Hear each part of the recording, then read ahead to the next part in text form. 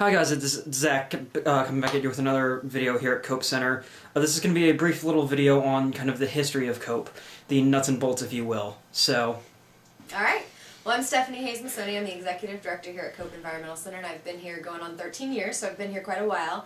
The organization was started in 1992 by Jim and Helen Cope and their friend Fran Parks on Jim and Helen's property. And Jim and Helen originally bought the first 29 acres of Cope Environmental Center in 1948 when they moved here for Jim's job as a professor at Earlham College. And Helen was also a teacher of biology at Centerville High School. So there are deep roots in this property being used for kind of an outdoor classroom for students of all ages and from high school to college, and all sorts of different research projects have gone on here and some linger today that are still kind of being watched. Jim and Helen basically purchased this property. It was 29 acres when they came to this property. It was an old 1830s farmhouse, and they did a little bit of renovation here and there and some adding on. But when they purchased the property, you could look to the west and see almost to the town of Centerville. And now when you look to the west, you see giant trees. And so it's kind of a neat testament to the positive impact that humans can have on the environment in a relatively short amount of time. They basically transformed this property. They started off with, of course, doing a lot of gardening. They had a family of 5, so they really took to heart the idea of simple living and living off the land. They had vegetable gardens, and of course they canned and preserved food. They had orchards and all those things. They also started off with a large-scale asparagus farm, which is kind of odd, but asparagus grows really well in Indiana, and actually it's very good. We still have a small patch of asparagus reminiscent of that time. They also, after that, kind of got into Christmas tree farming. Jim Cope's father was the first person in New York, well, in the United States, to have a tree farm for the explicit reasons of cutting trees down for Christmas trees. And so Jim Cope grew up with that in his blood, of course, and had an interest in trees as well.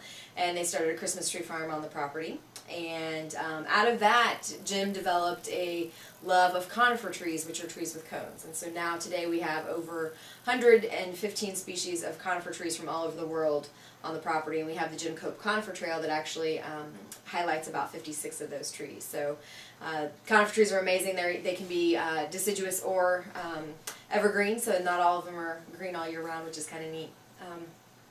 Jim and Helen raised their family here and started the Christmas tree farm, and after several years, Christmas tree farming is not an easy task. You have to go out and trim the trees, every branch, every year, to make it have that nice, perfect shape everyone looks for each year.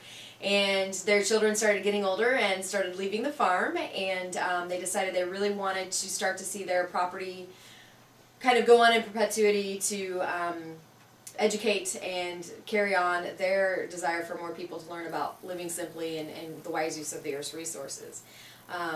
And they got together with their friend Fran Parks and started the Fran Parks Foundation, and out of that Cope Environmental Center was born. And Jim and Helen ran it for the first few years, doing different programs by appointment, and they did lots of different programs for different school groups around here, and hired their first director. I believe it was in 1996. I could be wrong about that, but hired their first director, their first facilities and grounds director, which was actually one of the Cope family daughters who came back to live and work on the property.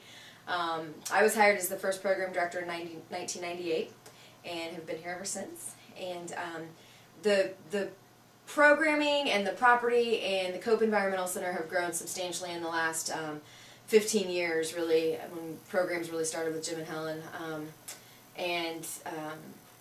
We're known in the community as a resource. We help out a lot with sustainability issues, people trying to be more environmentally friendly. We have many demonstrations and resources on the property to help folks learn that you can change simple things in your everyday life to be more conscientious and more efficient and environmentally responsible.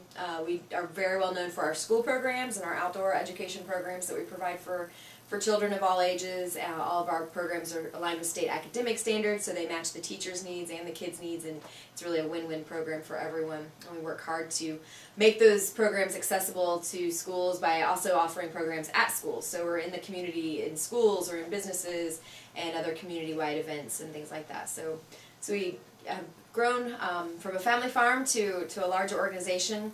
In 1996, Lucky Ward, who is a known Richmond and Wayne County preservationist, donated her adjacent acreage, which brought us up to about 104 acres of property. And on all that property, we have her old house, which is now the Sustainable Living Demonstration Home.